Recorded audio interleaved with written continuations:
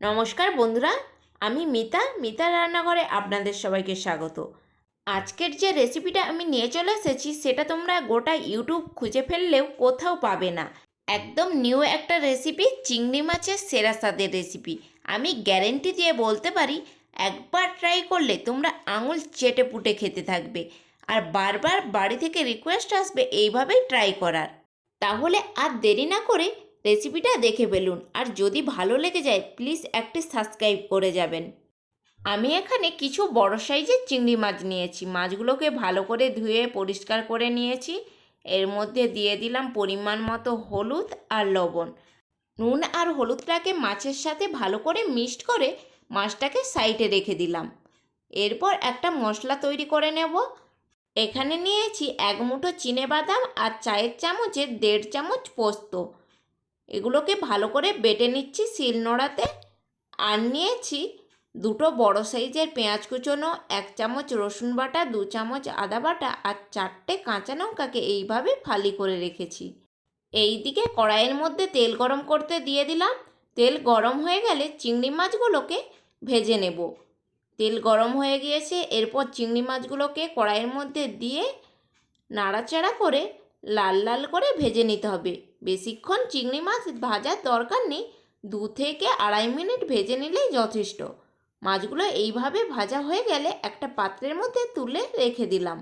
এরপর ওই চিংড়ি ভাজা তেলের মধ্যে দিয়ে দিলাম পেঁয়াজ কুচোনোগুলো। পেঁয়াজগুলো দেওয়ার পর কিছুক্ষণ নাড়াচাড়া করে ভেজে নিতে হবে। পেঁয়াজটা হালকা লাল হয়ে ভাজা হয়ে এলে দিয়ে দেব রসুন বাটা। রসুনটাও হালকা লাল করে ভেজে নিতে হবে যতক্ষণ না রসুনের কাঁচা গন্ধটা চলে যায়। রসুনটাও একইভাবে ভাজার পর দিয়ে দিলাম আদা।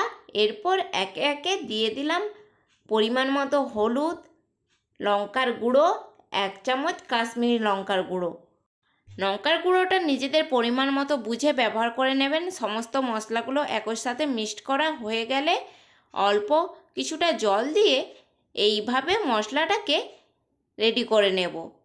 দেখুন মশলাটাকে এবার গ্যাসের ফ্লেম মিডিয়ামে রেখে কিছুক্ষণ ফুটতে দেব, 1 থেকে 1.5 মিনিট। এইভাবে মশলা থেকে তেল ছেড়ে এলে এর মধ্যে দিয়ে দিলাম লবণ আর দিয়ে দিচ্ছি সেই বাদাম আর পোস্তর বাটাটা। দেওয়ার পর আরও কিছুটা পরিমাণ জল দিয়ে দিতে হবে এর মধ্যে। এরপর আর কোনো জল ব্যবহার করব না, তাই পরিমাণ মতো বুঝে জলটা দিয়ে দেবেন। স্বাদের জন্য দিয়ে দিলাম 1 চিমটে চিনি। এবার দিয়ে দিচ্ছি সেই ভাজা চিংড়িগুলো। এইবার গ্যাসের ফ্লেম মিডিয়ামে রেখে চিংড়ি মাছটাকে ফুটতে রাখবো 2 মিনিট। এর মধ্যে দিয়ে দিচ্ছি ফালি করা সেই কাঁচা লঙ্কাগুলো। এই রকম মাছের মধ্যে থেকে তেল ছাড়তে শুরু করলে এমন সময় দিয়ে দিলাম 1/2 চামচ জিরে গুঁড়ো। জিরে গুঁড়োটা মাছের মধ্যে ভালো করে হাতা দিয়ে মিক্সড করে নেওয়ার পর গ্যাসের ফ্লেম অফ করে দিলেই রেডি হয়ে যাবে চিংড়ি মাছের সেরা স্বাদের রেসিপি। বাড়িতে অবশ্যই একবার ট্রাই করে দেখো, বাড়ির সবার ভীষণ পছন্দ হবে। ভালো লেগে থাকলে লাইক, কমেন্ট, শেয়ার করতে একদম ভুলবেন না। ভিডিওটা পুরোটা দেখার জন্য ধন্যবাদ রইল।